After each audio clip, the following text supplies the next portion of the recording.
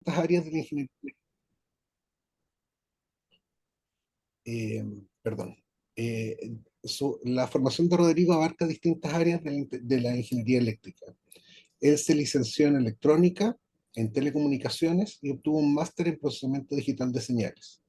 Estudió estas materias en la Universidad de Costa Rica, donde también trabajó como profesor a tiempo parcial de electrónica analógica durante unos años. También trabajó en el sector de telecomunicaciones durante casi 10 años. Fue responsable del mantenimiento y la explotación de una gran red híbrida de fibra coaxial y hoy día trabaja como investigador en el Imperial College en Londres. Sin más preámbulos, dejo a Rodrigo para que nos haga su interesante charla.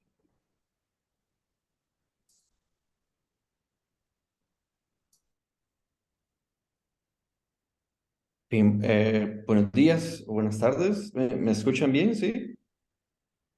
Y la pantalla se está compartiendo, espero. Sí, Bien. Bueno, muchas gracias a las personas que se conectaron por el interés.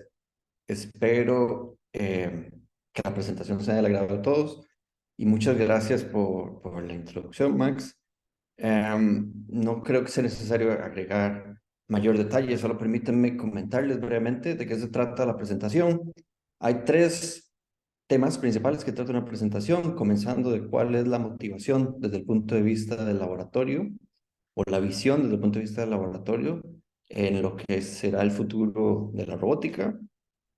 También cómo o en qué consistió el tema que desarrollé durante mi programa de doctorado aquí en Imperial College y cómo durante mi postdoctorado aplico los conocimientos que adquirí durante mi doctorado al estudio de confianza en sistemas autónomos. Entonces, permítame comenzar por comentar. Probablemente todos ustedes estén familiarizados con lo que es la robótica tradicional o robótica industrial. La razón es que este tipo de robótica existe ya hace aproximadamente 60 años. A finales de la década de los 60, inicios de los 70, comenzaron a verse aplicaciones industriales de robótica en la que el mensaje sería, ustedes pueden ver en la imagen de la derecha, no hay humanos involucrados en el espacio de trabajo de los robots. Están completamente separados unos de los otros y al tratarse de aplicaciones de tipo industrial, las métricas con las que se evalúan ese tipo de aplicaciones son normalmente en función de velocidad, rendimiento o precisión. Bien, más recientemente comienzan a verse integraciones de lo que se conoce como robótica colaborativa o cobots. Nosotros les llamamos el mañana porque si bien son aplicaciones que se están volviendo cada vez más comunes, aún no están disponibles ampliamente en todas las industrias. Básicamente se trata de una interacción humano-robot en la que el humano es tolerado por parte del robot. No se trata de una integración 100%, no hay adaptación y la idea sigue siendo de tipo industrial, por ende las métricas de velocidad, rendimiento y precisión se siguen manteniendo, pero encima se agrega la métrica de seguridad.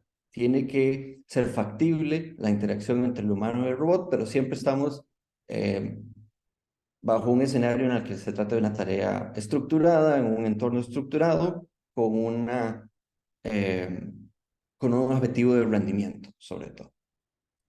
Lo que nosotros consideramos es el futuro de la robótica, es la robótica centrada en el ser humano. Ya en este caso los robots no solo comparten el mismo espacio que los seres humanos, sino que además tienen que adaptar su comportamiento para acomodarse a las necesidades y preferencias de sus usuarios. Este cambio de paradigma también cambia drásticamente las métricas que son importantes para evaluar este tipo de aplicaciones. Y ahora los robots no tienen únicamente que ser seguros, sino que además tienen que ser intuitivos y dinámicos. Dependiendo de la aplicación, también tienen que incrementar la autonomía del usuario. La privacidad y la dignidad ya son factores que se tienen que tomar en cuenta cuando se diseñan este tipo de sistemas y potencialmente deben mejorar la calidad de vida de las personas. Entonces, como pueden ver, hay un cambio marcado en lo que es importante para las aplicaciones de la robótica tradicional, e incluso las actuales, y lo que van a ser las aplicaciones de la robótica en el futuro. Es por eso que nosotros, pues pensamos, se trata de una tecnología tecnología disruptiva. Y la razón es la personalización. Ya no se trata o ya no estamos en un ambiente estructurado, ni estamos viendo únicamente un objetivo de aumento en la línea de producción, por ejemplo.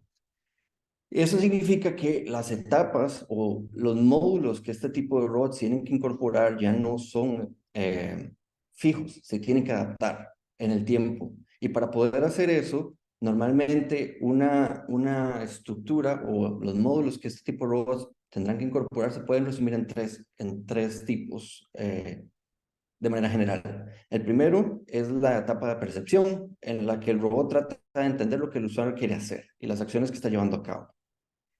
En la segunda etapa, el robot utiliza aprendizaje automático para construir modelos jerárquicos que se ajusten en el tiempo al usuario. Eso significa que el modelo no es fijo. Una vez que tengo algún conocimiento en la manera en que se comporta el usuario, no puedo esperar que se siga comportando de la misma manera ni tan siquiera de un día para otro. En el ejemplo que se muestra en el video, es un ejemplo de un niño controlando una silla de ruedas robótica en una tarea de navegación. Y ese niño realizó esa tarea hace aproximadamente 7 años. Se podrán imaginar que este niño en 7 años ha cambiado drásticamente la manera en que se comporta e interactúa con el robot, y los modelos tienen que ser capaces de poder ajustarse a ese tipo de cambios en el tiempo.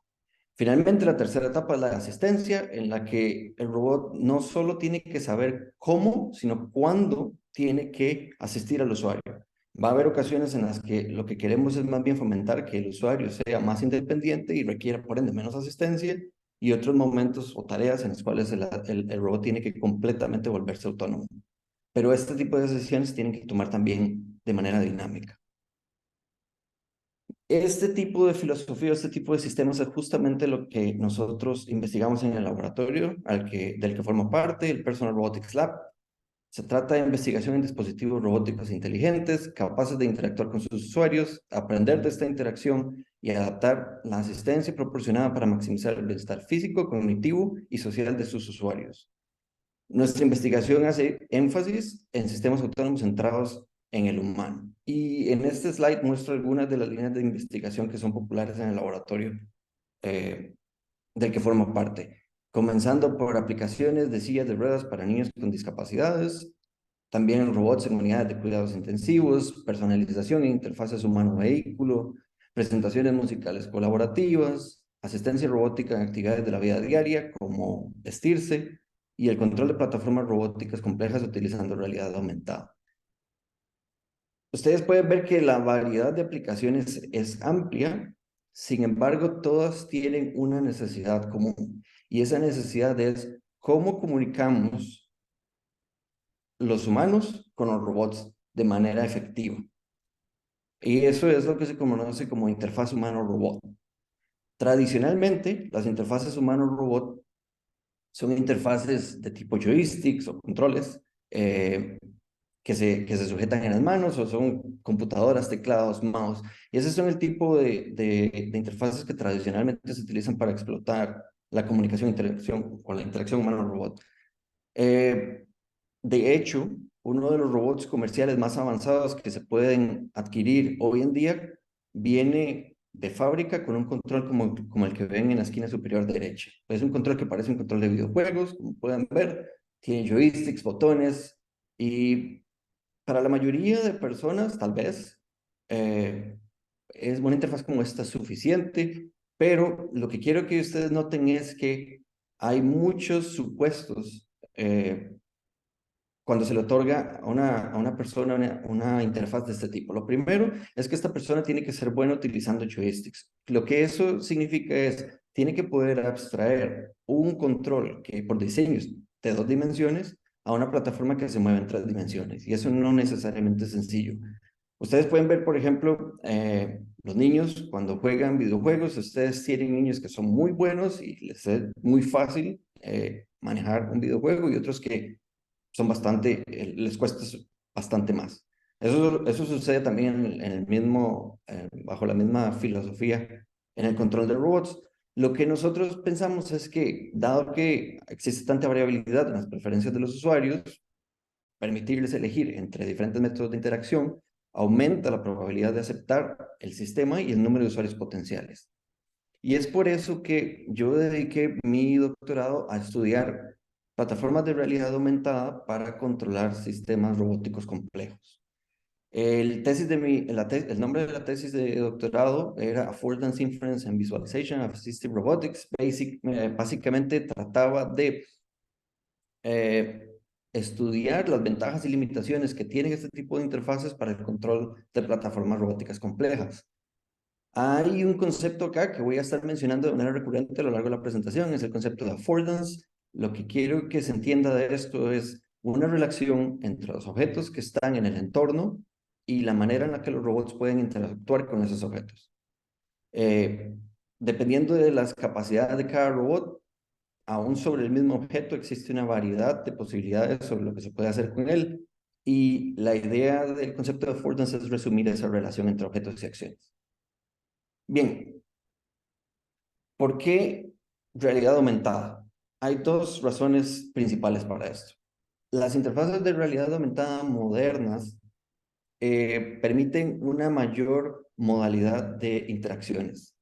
Ya no nos limitamos, por ejemplo, a un joystick, sino que podemos utilizar gestos con las manos, podemos utilizar comandos de voz, podemos utilizar incluso los patrones de comportamiento de los ojos para controlar la interfaz. En general, eso se resume como habilidades con las que contamos la mayoría de las personas a diario.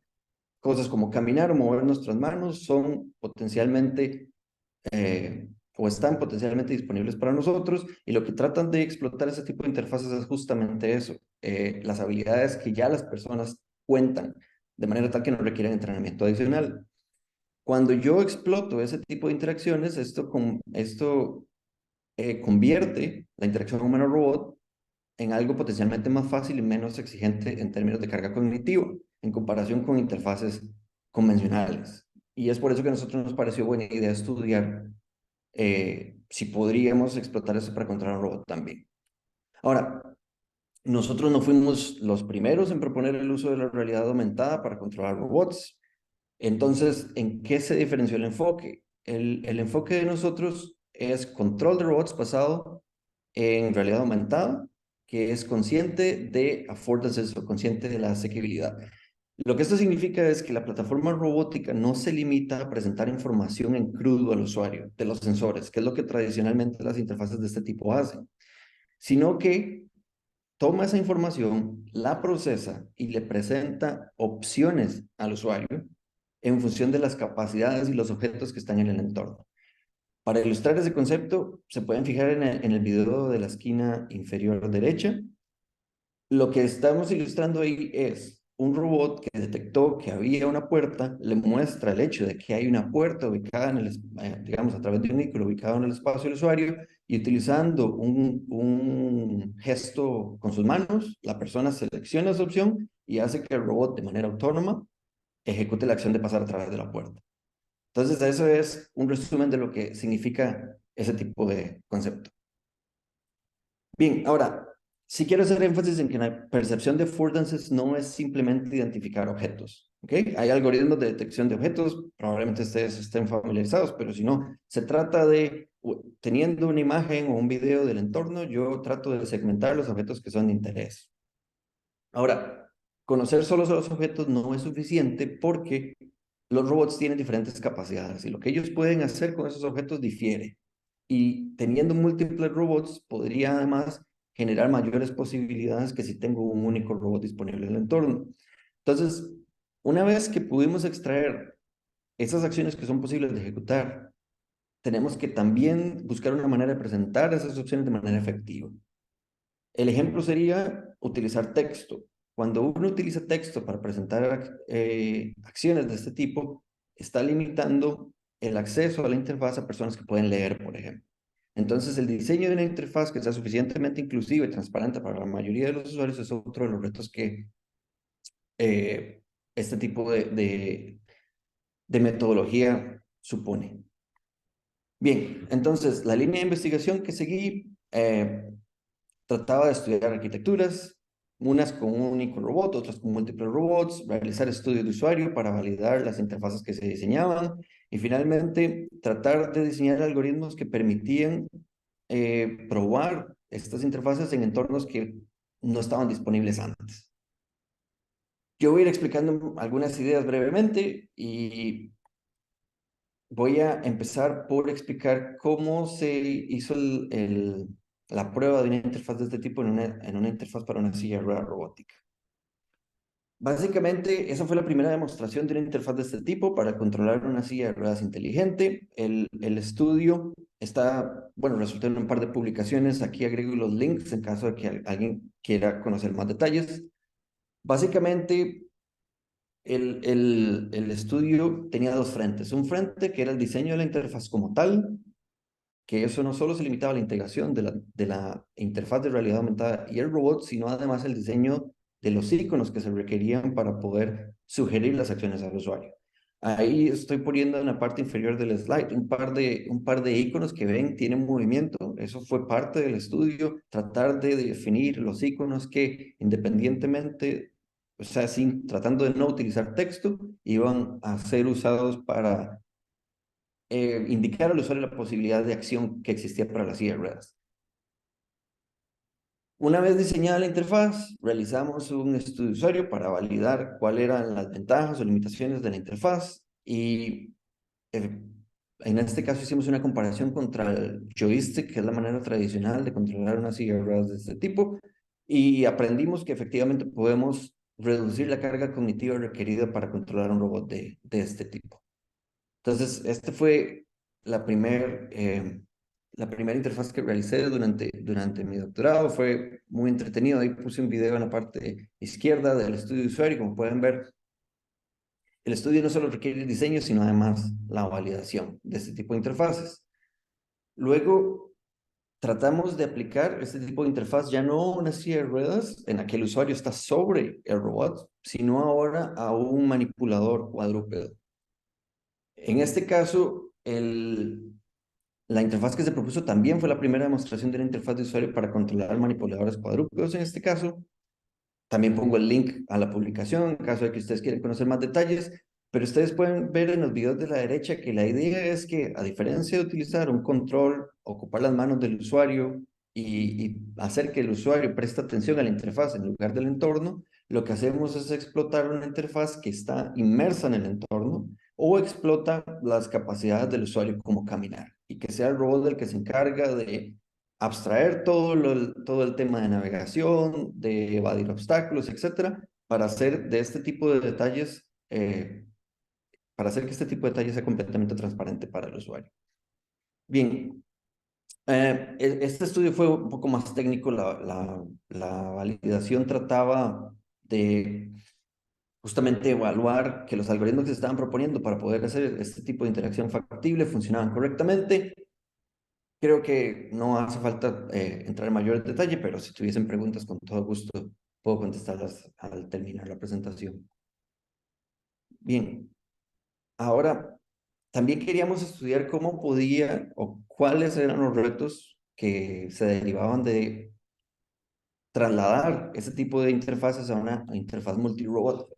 La razón por la cual una interfaz multirobot es importante es porque desde nuestro punto de vista, dada la cantidad grande de aplicaciones que existen en nuestros hogares, por ejemplo, tratar de diseñar una plataforma robótica que pueda hacerse cargo de todas esas tareas es probablemente muy difícil, si no imposible. Eso quiere decir que lo más probable es que en el futuro tengamos un grupo de robots en nuestras casas que trabajan en conjunto para poder completar todas esas tareas. Y lo que queríamos era explorar cómo una interfaz de realidad aumentada se aplicaba a ese tipo de entorno. Lo que hicimos fue integrar un robot bimanual que no se puede mover más allá de sus brazos con una silla de ruedas y estudiamos cuál es el efecto en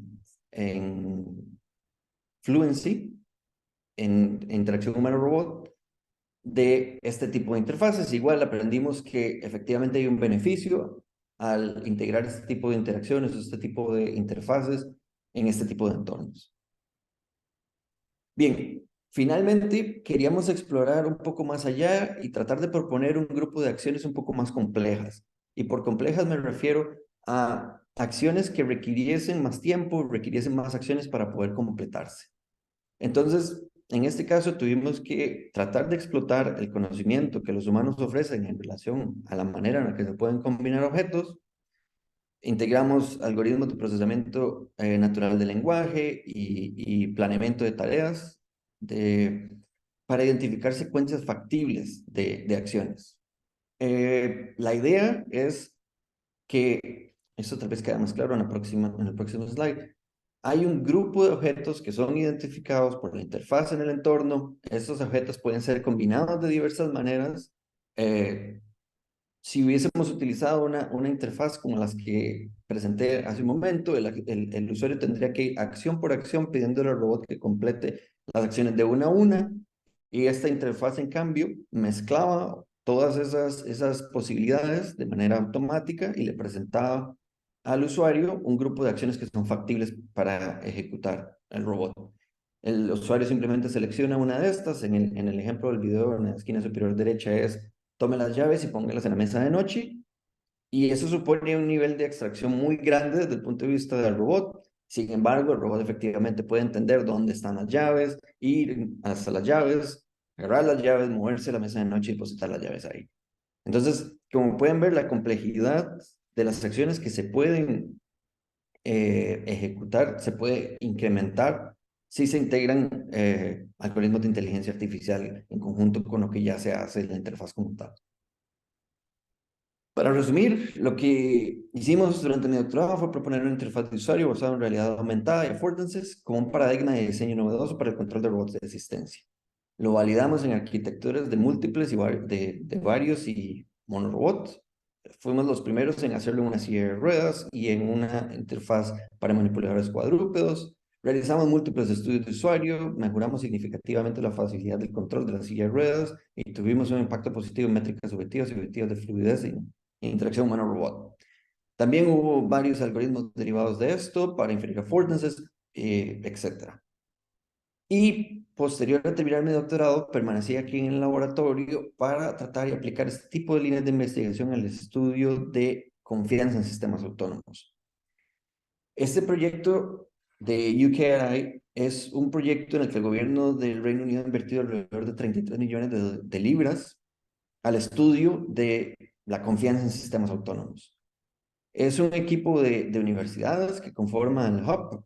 El hub tiene varios nodos. Acá tengo una lista de algunos de los nodos. Y nosotros puntualmente estamos en el nodo de trust o confianza, que investiga cómo generar, mantener y reparar confianza en sistemas autónomos y robóticos. Sigue una línea o una filosofía de investigación similar a la que el laboratorio de por sí ya sigue, en la que se modela al usuario, se adapta el comportamiento de los modelos al usuario en el tiempo y se valida en aplicaciones reales.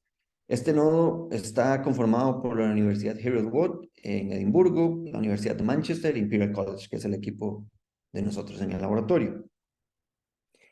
Ahora, confianza, la definición de confianza va a depender del contexto en el que lo estemos analizando. Es un concepto complejo, multifacético, y cada nodo lo explora desde una perspectiva diferente. Ahora, en el contexto de sistemas autónomos, confianza se refiere a una variable multidimensional que media la relación entre eventos del pasado y la elección posterior de un humano de depender de un robot en un entorno incierto. Aquí estoy tratando de señalar palabras como multidimensional, eventos del pasado, depender e incierto, para hacer énfasis en que se trata de una interacción en el tiempo, donde hay riesgo, donde se depende de algo, o sea, hay una necesidad de utilizarlo. Y el tema de multidimensionalidad se refiere a que existen diferentes factores que se pueden analizar en el estudio de confianza, como cuánta disposición a delegar o depender de un robot hay y cuál es el riesgo asociado con esto. Bien, para ilustrar cómo se puede aplicar el concepto de confianza a este tipo de estudios, o cómo aplicamos el estudio de confianza en nuestro laboratorio, lo podemos hacer a través de un estudio como este que estoy presentando acá. También fue un estudio multidimensional en el que ya no solo, ya habiendo diseñado la interfaz para controlar el robot cuadrúpedo, el manipulador cuadrúpedo, lo queríamos evaluar con usuarios. Cuando lo evaluamos con usuarios, lo hicimos en múltiples dimensiones, que incluían carga cognitiva, aceptación de tecnología, otra vez fluency, usabilidad, inmersión. La tarea que se estaba tratando de simular era la inspección autónoma, que es el tipo de tarea en la que este tipo de robots efectivamente se utiliza. Y era un estudio de usuario que involucraba navegación y manipulación en distintos niveles de dificultad. También ese estudio fue publicado, ustedes pueden consultar el documento si tienen gusto o curiosidad. De este estudio, al evaluarlo, lo que aprendimos sobre todo fue que la suposición que teníamos en relación a cómo controlar este tipo de robot no era la que, o sea, la facilidad, o más bien, los usuarios no encontraron fácil el método de interacción que nosotros inicialmente diseñamos para la interfaz y por ende tuvimos que mejorarlo. Y lo hicimos explotando el concepto de descarga cognitiva, que se refiere al uso de la actividad física para alterar los requisitos de procesamiento de información de una tarea y reducir así la demanda cognitiva. Esto se ilustra con los videos de la parte inferior del slide. Ahí ustedes pueden ver que cuando el usuario está controlando el robot con el control en sus manos, él rota su cuerpo para alinearse con el robot y facilitar la manera en la que se controla el robot. Entonces, la interfaz de realidad aumentada, en la interfaz de realidad aumentada aplicamos el mismo concepto y hicimos posible que el usuario pudiese simplemente colocarse en la posición que estaba interesado que el robot navegase, viendo en la dirección en la que necesita que el robot se coloque también y utilizando un comando de voz, el robot básicamente sigue la instrucción, va a la posición donde estaba el usuario y se ubica en la dirección en la que el usuario estaba viendo en el momento de recibir el comando. Bien, ¿por qué estoy haciendo este resumen de esta interfaz? Bien, hice mención de que este tipo de robots se aplica en la tarea de inspecciones autónomas. Y de hecho, como pueden ver en el slide aquí, existe un mercado muy grande para este tipo de tareas actualmente. Estos datos de fuente de una empresa que se dedica a este negocio es Anybotics, estima que son 30 billones de dólares. Es un mercado bastante grande y la razón es que son en general sitios de difícil acceso o peligrosos en general para que un humano esté constantemente haciendo inspecciones. El tema es, o la filosofía es, si nosotros no confiamos en el robot, probablemente no lo vamos a usar. Entonces, imagínense invertir en este tipo de negocio y que finalmente los usuarios encargados de utilizarlo no lo usen. Ahora, ¿cómo es que se relaciona esto con confianza? En la tarea de inspección, si bien es autónoma, siempre al principio un usuario tiene que llevar al robot al sitio y mostrarle de qué se trata la tarea de inspección. Entonces, una vez que que el usuario le mostró la tarea de inspección al robot, el usuario tiene después que delegar la tarea de inspección y depende de que el robot complete la tarea correctamente. Entonces, esta dependencia y el hecho de delegar son algunas de las dimensiones que mencioné anteriormente, forman parte del tema de confianza. Y si uno quiere estudiar, o la manera en la que nosotros incorporamos el concepto de confianza en el estudio que mencioné anteriormente, es a través del concepto de transferencia de confianza, que estudia el fenómeno que hace que el nivel de confianza asignado por un ser humano, un robot u otros dispositivos varíe entre tareas y contextos ambientales debido al conocimiento previo del ser humano sobre las capacidades y experiencias pasadas del robot o dispositivo. Y en el video que ustedes ven ahí, ven dos experiencias muy diferentes bajo el mismo robot con diferentes usuarios que hacen que la interacción con ese robot sea radicalmente diferente para cada uno de ellos. Ahora, en el estudio nosotros les mencioné, eran tareas de navegación, tareas de manipulación, de diferentes dificultades, con diferentes interfaces de usuario, y lo que queríamos era estudiar cómo el tema de confianza se transfería entre cada una de ellas y cuál era el efecto de cada uno de estos factores sobre la confianza. Ahora, este estudio no fue fácil, porque requería de un análisis estadístico que va más allá de los análisis estadísticos tradicionales que se hacen en este tipo de estudios. Lo enviamos recientemente para revisión. Si tenemos suerte, El estudio estaría disponible en un futuro y con todo gusto me encantaría poder comentar los resultados con ustedes puntualmente una vez que esté publicado. Y para ir cerrando, quiero comentarles en relación a el tema o cómo se hacen tradicionalmente este tipo de análisis. Necesita que los usuarios reporten su nivel de confianza, tradicionalmente utilizando cuestionarios. Nosotros también estamos actualmente diseñando sistemas que utilizan inteligencia artificial y machine learning para poder estimar ese tipo de cambios en el tema de trust, pero utilizando señales biomédicas, por ejemplo, los patrones de visión de los usuarios, que es lo que está ilustrándose en el video de la parte inferior derecha. Para cerrar, los mensajes que quisiera que se lleven de la presentación son que la robótica centrada en el usuario es el futuro. La robótica asistencial es una tecnología disruptiva que cambia radicalmente la manera en la que evaluamos y desarrollamos sistemas robóticos.